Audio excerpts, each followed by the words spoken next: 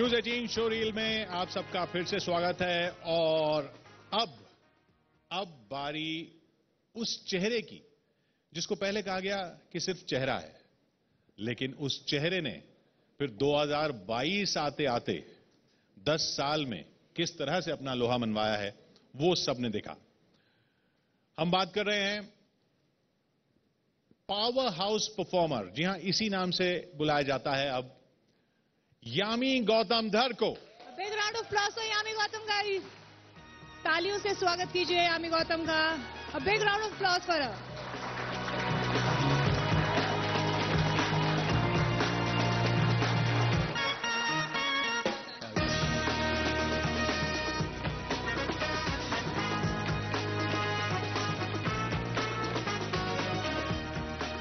Mic.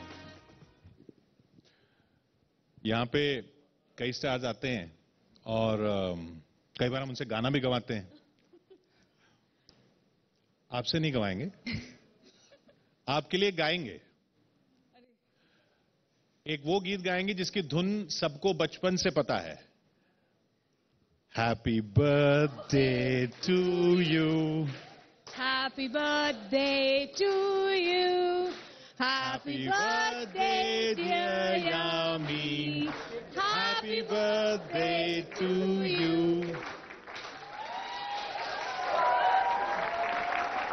May I say, may God bless you.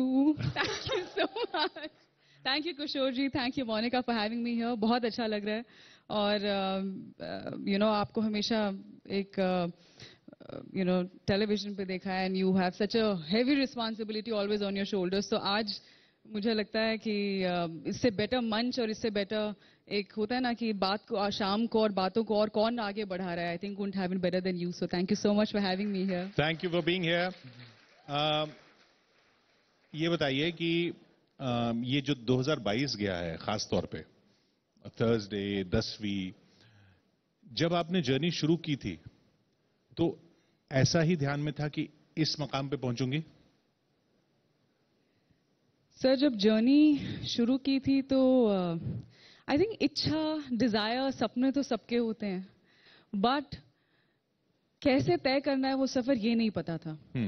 जब शुरू किया था तो लगा था कि अरे इतना मुश्किल नहीं हो सकता, आसान होगा ना। मतलब यहाँ पे क्या है कि अगर आप अच्छा परफॉर्म करेंगे आपको अच्छी फिल्में मिलेंगी और काम मिलेगा, तो ठीक है ना। मुझे सिर्फ अपने ऊपर मेहनत करनी है, अपने हुनर को और बेहतर करते जाना है। बट जब शुरुआत हुई तो लगा कि नहीं, यहाँ तो मतलब बहुत कुछ है, ऐसी बहुत सारी चीजें हैं जो एक होता है ना विच आर बियॉन्ड यू, आपकी समझ से परे है या आपके परिश्रम से भी काफी थोड़ा कुछ अलग है। तो कैसे उसे तय करना है, कैसे समझना है इस जगह को। तो भले ही 2022 बहुत ही खास साल रहा हो, पर उसके पीछे के जो इतने सारे साल हैं वो बहुत संघर्ष भी कभी कभी बहुत छोटा शब्द लगता है। संघर्ष तो खैर सभी करते हैं अपनी अपनी फील्ड में, बट एक कुछ आप उसे दृढ़ शक्ति बोल दीजिए, पेशेंस बोल दीजिए, एक सेल्फ बिलीव बोलिए और ब्लेसिंग्स बोलिए चाहे अपनी फैमिली की। I think to be here, क्योंकि जब आप बाहर से खासकर आते हैं, जब आप इस इंडस्ट्री से नहीं हैं, आप इस शहर से नहीं हैं, कुछ चंद उसूलों के साथ और छोटे से टैलेंट के साथ आप निकल पड़े हैं। और तो अच्छा लगता है कि जब आपको पता नहीं सक्सेस बोलना चाहिए नहीं, पर जहां भी आप पहुंचे हैं अपने बलबूते पर और अपने उन्हीं सिद्धांतों को, उन्हीं एथिक्स को साथ में लेकर। बिल्कुल, वो आई थिंक ज्यादा जरूरी है। बिल्कुल यामी, इसी में से एक सवाल मैं पूछना चाहूंगी। बहुत इंटरेस्टिंग बात आपने कही, क्योंकि जब भी हम यामी को देखते हैं वेरी काम, कंपोज, शाय, और एक किस्सा भी आपका है कि आप पोइम बोलने गई थी लेकिन स्टेज फेयर इतना था कि आप चली गई थी। क्या किस्सा था वो?